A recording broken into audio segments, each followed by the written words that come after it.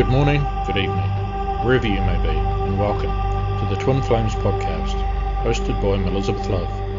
Melyzabeth Love is a twin flame, in divine union with her twin, in 3D and in 5D. Melyzabeth invites you to connect with her on social media. Facebook, Instagram, YouTube, and Twitter. Find her by name. That's Melyzabeth Love. Melyzabeth works one-on-one with twin flames in separation to help speed their journey to union. If her words resonate with you, please contact her on social media to find out more. But for now, please sit back and stay tuned. I'm Shane Peterson, your announcer, and we'll be right back with your host, Melyzabeth Love.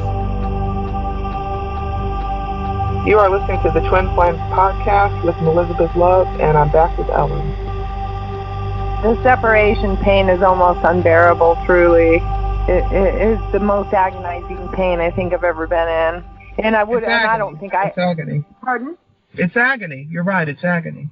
And I don't think I would have ever felt that much pain over any other person either. But in this case, like, the pain of not being together is more painful than anything I've ever experienced. I'd rather give birth to quintuplets at the same time with no medicine, Ooh. honestly. Yeah, me too. It's like the worst. And you don't want to live and you don't want to be alive, and then you still have to find self-love, and you still have to move through the energy, and you still have to figure out what it is in yourself that you need to clear out. So I don't know. It's definitely a challenging journey, and it's definitely not something for those that are still, in lower levels of healing, meaning that they're in kind of their lower chakras still healing through that. This one definitely requires you to have some endurance training already in place, doesn't it? I agree, and I'll tell folks, even after you enter divine union, there's and you might agree, there's levels of union. So union, and then you step up to divine union, and there's levels beyond that likely he and I haven't even gotten to yet. There's still triggers that come up during union for the really deep stuff that you haven't healed yet, or very light, almost superficial upper things, but from time to time they'll still trigger you, and it may happen a couple of times until you recognize it, and then you have to recognize it, say, oop, trigger, okay, I feel it, I recognize you, I honor you, I thank you for being shown to me, now I'm going to let you go, and then you keep going on with everything. I'll tell you, Ellen, when you were introducing yourself, this is not something that we've discussed on the podcast yet. You had mentioned, I believe, that you're an Ascension coach. Yes. Tell the folks about that, and tell me about it. Inform us on that, because I'm very interested in what an Ascension coach would do. Okay, well, Ascension Guidance basically for me is to try to help other people be able to access higher dimensions.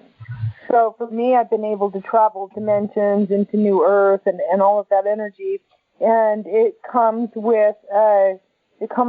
with clearing your chakras, which you need in your twin flame journey as well. But but even if you're not on the twin flame journey and you're just trying to do your soul work and you want to be able to astral travel or do any of those other things, learning how to go through Ascension helps you to become free spirit out of the matrix system, so that you can travel dimensions, and also so that your spirit's not going to be earthbound. And so really some of the work that we're doing as twin flames is we're trying to help humanity become free, spiritually free, because a lot of people don't understand that we've been caught in a matrix system, which is like a prison planet, right?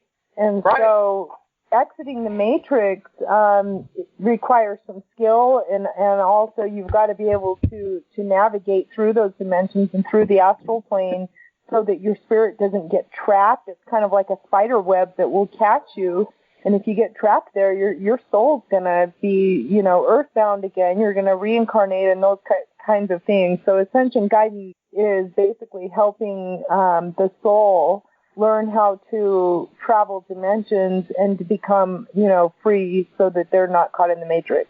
That sounds fun. It can be fun.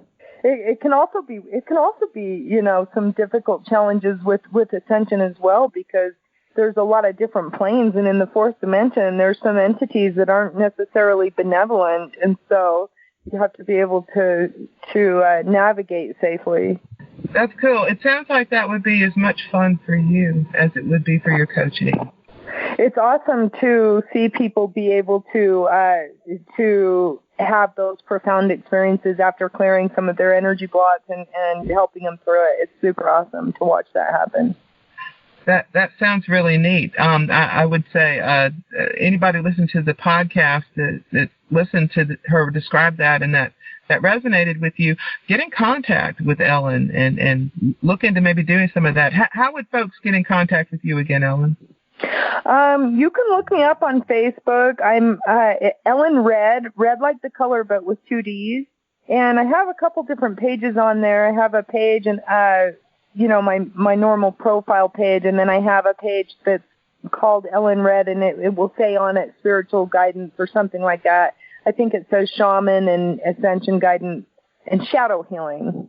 And so you can just look me up there, and then I do have a YouTube channel as well that's called Ellen Red with 2 D's, so you can look at that.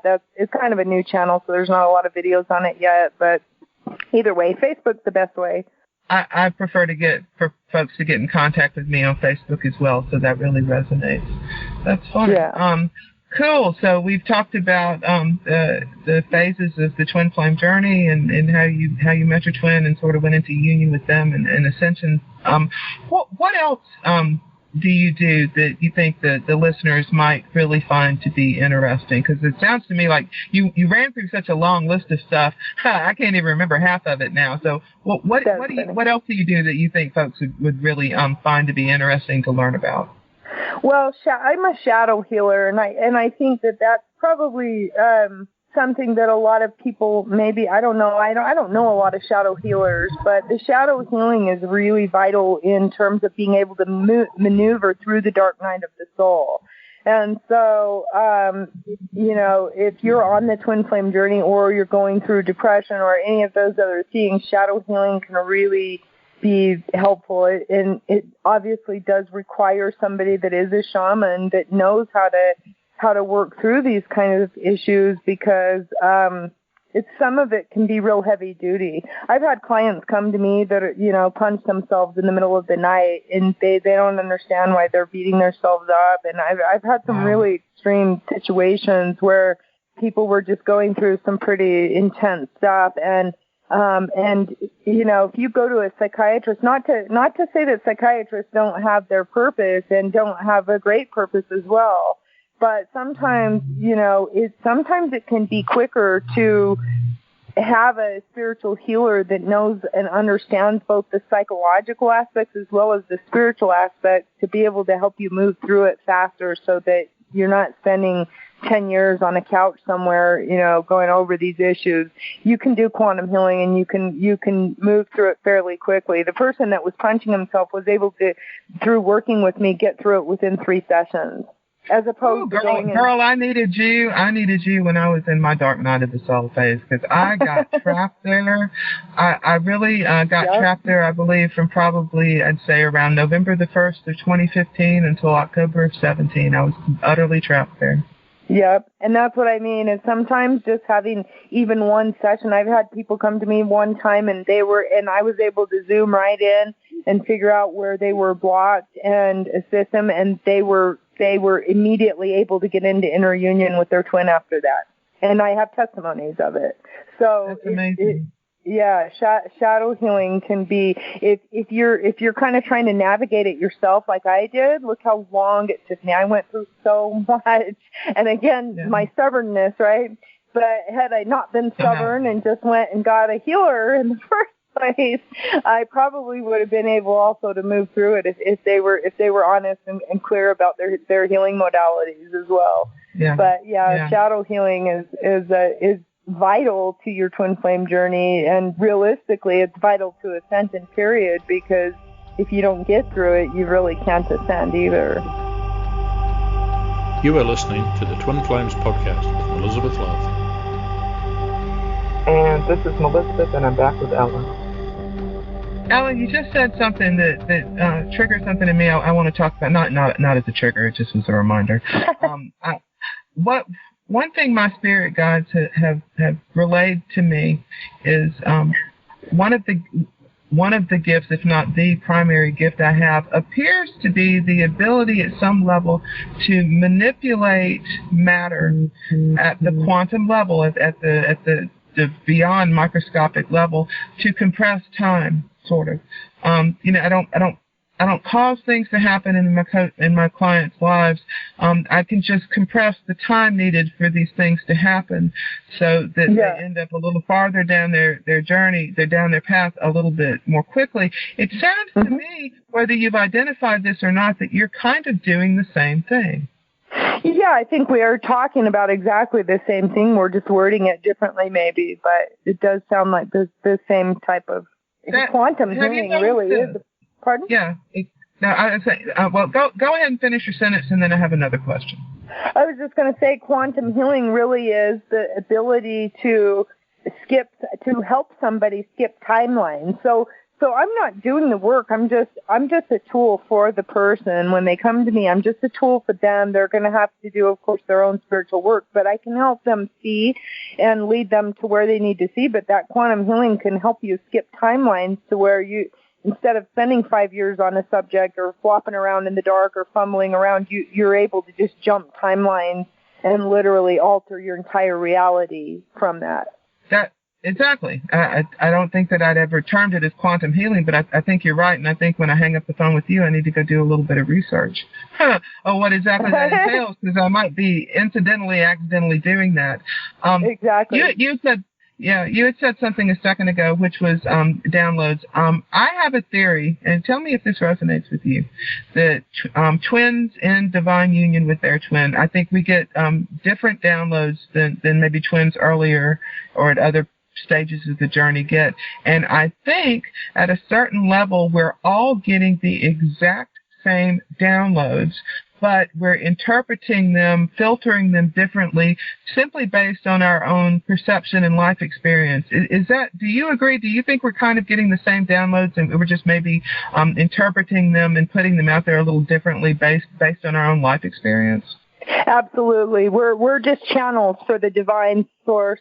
So as we receive the information, it comes in clear from source, and then of course it gets filtered through our unique filtration system, or mind, body, spirit, energy, our personal personalities. And as we try to retranslate that information in the third dimensional perspective, then, of course, it's going to come out differently from each unique individual soul. And that's really the design. So, somebody might not come to me and resonate with me at all. I can kind of be more of a blunt person, and not everybody resonates with that. They want to hear more of a lighter, fluffier, way of expressing things, so they don't necessarily resonate. But then they're going to go to somebody else, and that other person might say it lighter or fluffier, and they might resonate with them, but we're saying the exact same thing. You know what I'm saying? And vice versa. There will be some people that go to that person that's light and fluffy, and they just don't resonate with them because they've had a hard life and they're not they just don't get it. But they can come to me, and I just boom, blunt, give it to them, and they're like, oh, okay, I got it. And I think that that's how Source Creator designed it to be, because not everybody's going to go to church and sit in a church and be able to resonate. But we got to get the message through to all the masses, right? So we're all just sharing truth from our own perspective. But I agree that we're getting the same downloads for the most part. I thank you. Maybe it's going to be less of a theory and more of a reality, that the more I could find people that agree with me. But I've listened to several other coaches and stuff, maybe their YouTube channels and everything, and I'll resonate with 50 to 75% of what they're saying. But if I really take it into meditation, I'll say, well, I think they might be using different words than I am to really describe the exact same thing. And I'll tell you, when you were just talking about the being a little more blunt, that really resonated with me, because I think I'm 50-50. I'm maybe 50% touchy-feely, and then I'm 50% very tough tough love. And men, I don't mean to be gender biased, but men tend to resonate with my message a lot because they don't want the fluffy. They want the tough love. Exactly. Yeah, exactly. And honestly, they don't want to waste time and all of that other stuff. And so sometimes they just want you to give them what they want. And so, you know, I try to remember to warn my clients of that, and also that, you know, I'm not gonna give you a sugar coated BS. I'm gonna speak the truth to you, and if you can't handle it, you're probably not ready to work with me, truly, because isn't this journey about being honest and about really being honest with yourself and for me, I mean, I'm at a stage in life where I don't like my time wasted, and I don't like it when people lead me around with the fluffy BS. I just want to get where I'm going, you know? Life's too short. I do, and I'll tell the folks at home that I can feel energy from people really very strongly if I'm physically, you know, in proximity to them, if I'm on the telephone with them, if I'm seeing their profile or communicating with them through Facebook, Instagram, Twitter, that's not as easy. Email is not as easy, but Facebook and on the phone, I can really feel other people's energy. And I'll tell y'all folks, I can feel Ellen's compassion through her energy just talking with her on this podcast. So if y'all are listen to us talk and say, "Ooh, well, I like the fluffy, and I'm scared of these two women because they sound a little too hard-nosed." No. When we give you tough love, it doesn't mean it's not love. It's still love. Yes. It's just that we're not wasting your time by adding nonsensical words that you don't need to hear. So when I give people tough love, you probably do. It sounds like you do some of this too. I'm going to frame it. I'm going to say, hey, listen up now. I'm fixing to give you some tough love, and it's going to push you a little bit out of your comfort zone, but that's what you need to hear right now. And I've never ever, unless they were hiding it from me and they hung up the phone and cried later, I've never had anybody come back and say, "Oh, well, that hurt my feelings for you to give me tough love." It's not 100% of the time they say, "Wow, I never thought of it that way. Thank you so much for being honest with me. Now I have something different to think about, and I think I'm going to heal a lot more deeply because I just heard that tough love." Yeah, no, and I'm not mean about it, but sometimes I'm pretty honest. And honestly, even in this part of my journey, just in working with other people, I've had to go through some learning curves there. I've had some clients where, you know, I was able to just zoom right in on where they had an energy block and what was going on and tell them, you know, what was revealed to me for them. And it sometimes, because when you work with energy like that, sometimes when you unplug a sore or a wound, it pusses, right? Pus comes out. Yeah. And in this case, since it's energetic instead of physical, that pus is in the form of energy that's going to get released in your being, and it's going to cause you to feel nauseated. You're not going to feel good. You're going to be agitated. You might even be mad at me or whatever at first because we unplugged a sore. And in unplugging it, that energy has to get dispelled, that you go through a little bit of a period there that's a discomfort. You know, sometimes I'll be working with a client and I'll channel people that have passed over will come in, try and speak to me to try to relay the message to that person that they have for them or whatever. And so sometimes when I'm working with people, I don't know sometimes what I'm going to get. because when I do that, I open myself to source for any healing that they need, and I allow the source to move through me. And sometimes, you know, people on the other side will come through as well. Yeah, I was born with the ability to do that, Ellen, but that I never developed it. And frankly, it's because it just sort of makes me uncomfortable to consider just to communicate with quote unquote dead people. So I choose not to. And sometimes they will come through so strongly that you don't have a choice but to say, hey, this person's here. They say they're your granddaddy and they need you to know something. But for 99% of the time, I just choose not to do that because it makes me uncomfortable to do that. I chose to work on other abilities than being a medium.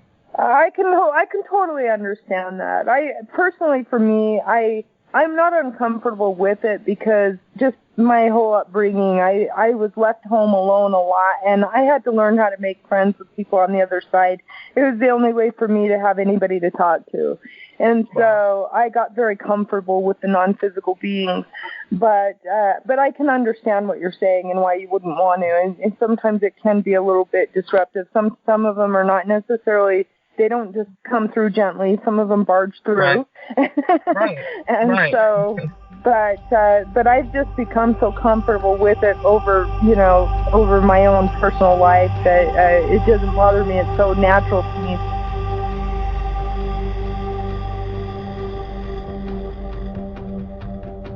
You have been listening to the Twin Flames podcast hosted by Melyzabeth Love. You can connect with Melyzabeth on social media: Facebook, Instagram, YouTube and Twitter. Find her by name. Again, that's Melyzabeth Love. This broadcast is copyrighted in whole and in part by Melyzabeth Love Productions. All rights are reserved under law. This has been your announcer Shane Peterson, coming to you from the beauty and natural wonder of New Zealand. And until next time, we thank you for listening.